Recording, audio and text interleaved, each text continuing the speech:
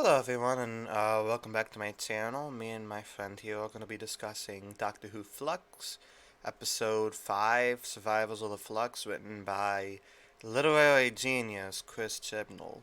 I mean that sarcastically because I think he sucks. This episode is a huge letdown from Episode 4. It's not the worst episode, that still goes to Episode 3, but it's definitely like a huge letdown, mainly because like some of the other episodes of the season, it's very unfocused, and I don't know. It's just so much things going on at once without development of any of them, and I don't know. I just feel like Chibnall's balancing way too many plot lines for a 6 episode season, and I really doubt he'd be able to satisfy those conclusions in the final episode. I'm just going from his past track record. He might surprise me, but probably not because he sucks.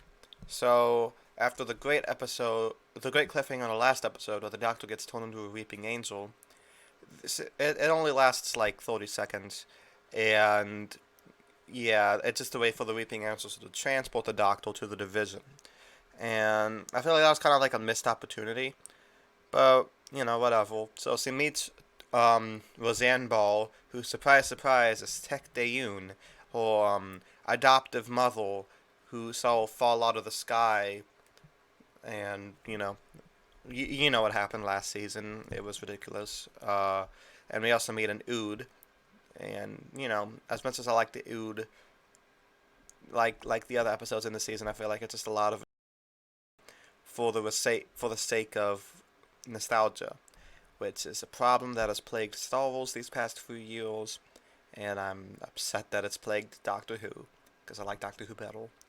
Um, so Tech Dayun goes on this monologue where, like, she explains what the division is. It's a very I don't know. Reminds me of The Incredibles, where he's like, "You caught me monologuing," and she's like, "So the division knows about the multiverse, and we discovered the flux, so we could kill you because you'd stop our evil plans."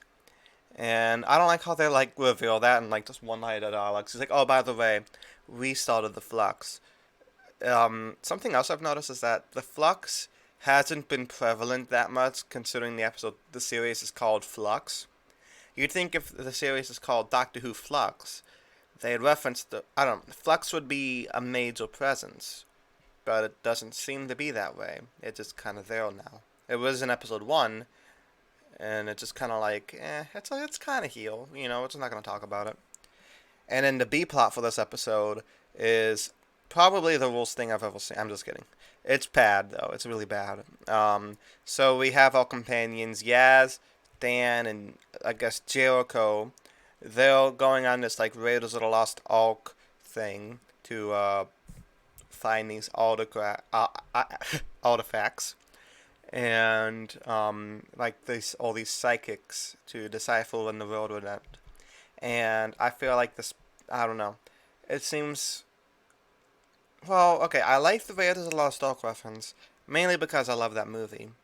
I think 1 and 3 are great movies. Two's okay. We're not gonna talk about 4 anyway. I feel like Yaz doesn't really act like Yaz here. She acts like she's trying to be the Doctor, and I get it because that's been her arc this season, if you could call it that. However, it just seems kind of sudden and forced and awkward, but maybe that was the point, because her trying to be the Doctor is forced and awkward. So maybe that was the intention, but it just came off awkward to the viewer. So they meet this creepy old guy, who's kind of living on this mountain, and I did like how he asked if they brought the new Conan Doyle, because I'm a huge fan of his work. Study in Scarlet review coming soon, by the way. And he tells them to search for their dog, and this is the fucking dumbest thing Chibnall's ever done from so many points of view.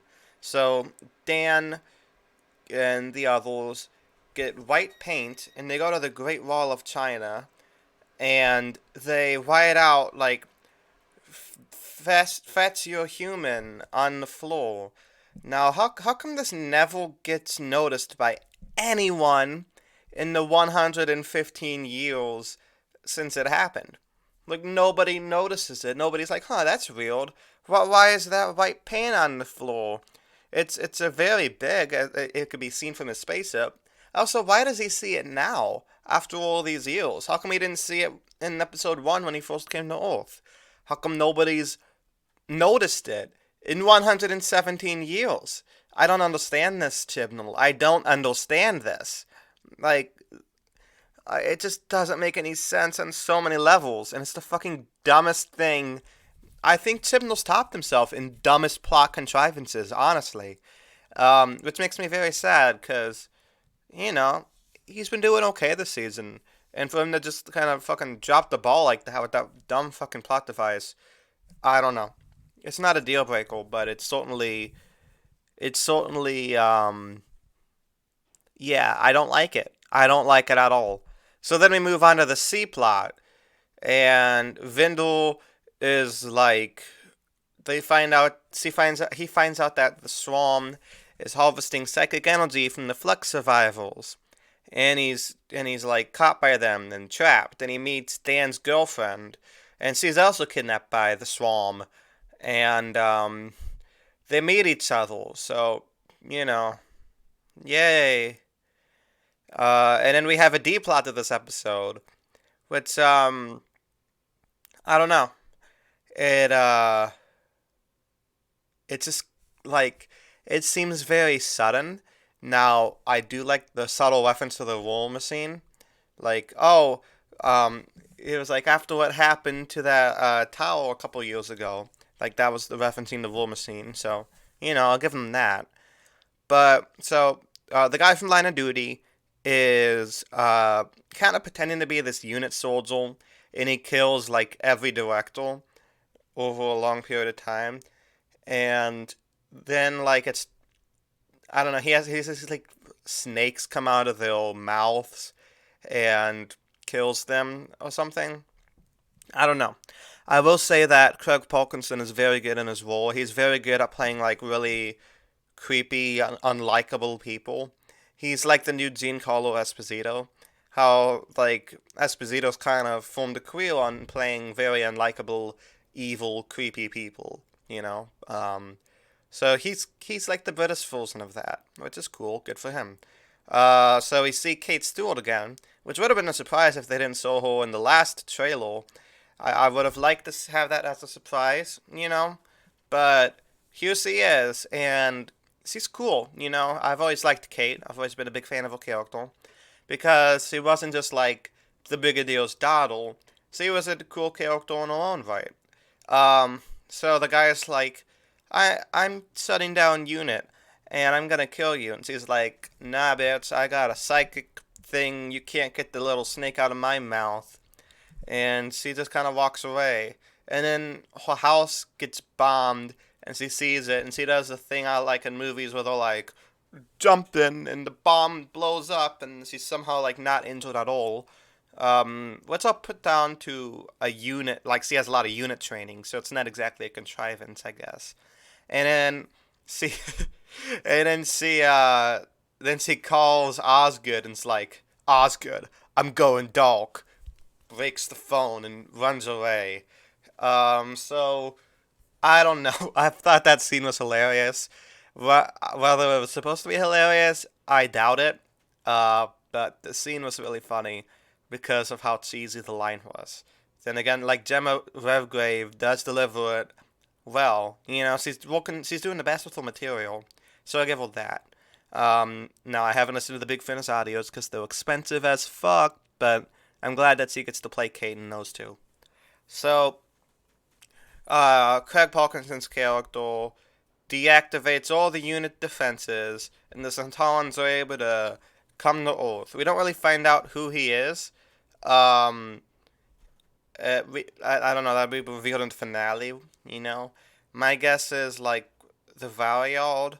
Now, somebody online noticed that, he has the same tattoo as the third Doctor did when he was showering and spearhead from space. So maybe that's connected to that somehow. I don't know. Is this whole thing just a way for Chibnall to explain that plot hole of the full doctor having a tattoo? Cause, I'd love for that to happen. Just kidding, I don't really care. So Yaz, Dan, and Jericho, they meet Williamson in the tunnels, and the Sontarans come and corner them, and ooh, wow, big cliffhanger.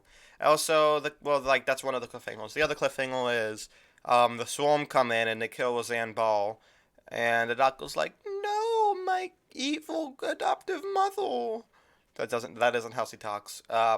So yeah, I feel like that was kind of underwhelming. How she just kind of goes out, like Tecteun goes out like a bitch, basically. She's like, join my evil plan, and the Doctor's like, no, and then she just gets killed by the Swarm. So honestly, not the best episode. I give it a D plus. I, I don't know. I just there was just so much stuff wrong with this. Very unfocused. It just like underwhelming is the word. The best plot was the unit plot because after Chibnall pretty much like dissolved unit a few years ago over a Brexit joke, and he noticed that the fans didn't really like that. So he decided to right his wrongs by, you know, explaining how unit got disbanded. I enjoyed that. So I like that little fixing of his past wrongs. But then he goes and makes another bunch of other wrongs, like the whole white paint thing that nobody fucking noticed for 117 years. I hate that. I hate that so much.